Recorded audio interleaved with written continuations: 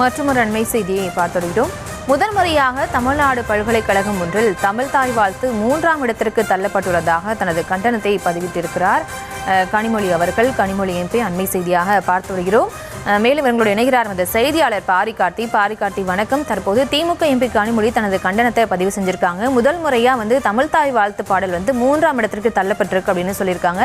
வேறு என்னென்ன விஷயங்களை குறிப்பிட்டு அவர்கள் தன்னுடைய கண்டன பதிவில் தெரிவித்திருக்காங்க? முழு விவரம். வணக்கம்.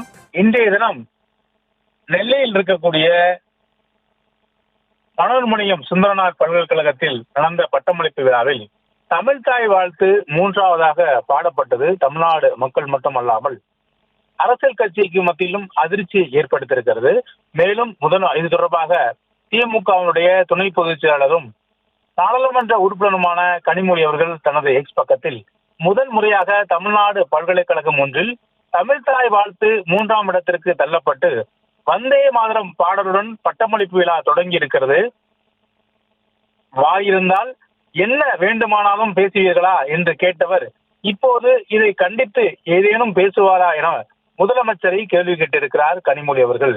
மனோன்மணியம் சுந்தரனார் பல்கலைக்கழகத்தில் பொறுத்த வரைக்கும் இன்று நடந்த பட்டமளிப்பு விழாவில் இத்தகைய சம்பவம் நடைபெற்றது. குறிப்பாக தமிழ் தாய் வாழ்த்து 3ஆம் இடத்திற்கு தள்ளப்பட்டது குறித்து அரசியல் கட்சியினர் தங்களுடைய எதிர்ப்பை தெரிவித்திருக்கும் நிலையில் முதலமைச்சர் இது குறித்து பேச வேண்டும் என்றும் தமிழ்நாடு அரசினுடைய நிலைப்பாடு இந்த விஷயத்தில் எவ்வாறு இருக்கிறது என்பதை முதலமைச்சர் தெளிவுபடுத்த வேண்டும் என்றும் அதை சுட்டிக்காட்டி கனிமொழி அவர்கள்தான் ஏற்கனவே முதலமைச்சர் பேசிய அந்த ஒரு வார்த்தையை கோடிட்டு, குறிப்பாக கரூரில் பேசிய அந்த வார்த்தையை கோடிட்டு வாயிருந்தாலும் என்ன வேணாலும் பேசுவீர்களா என்று முதலமைச்சரை அவர் பேசியதை மேலும் கோடிட்டு காட்டி இப்போது இதை கண்டித்து ஏதேனும் பேசுவீர்களா எனவும் கேள்வி கேட்டிருக்கிறார் கனிமொழி அவர்கள்.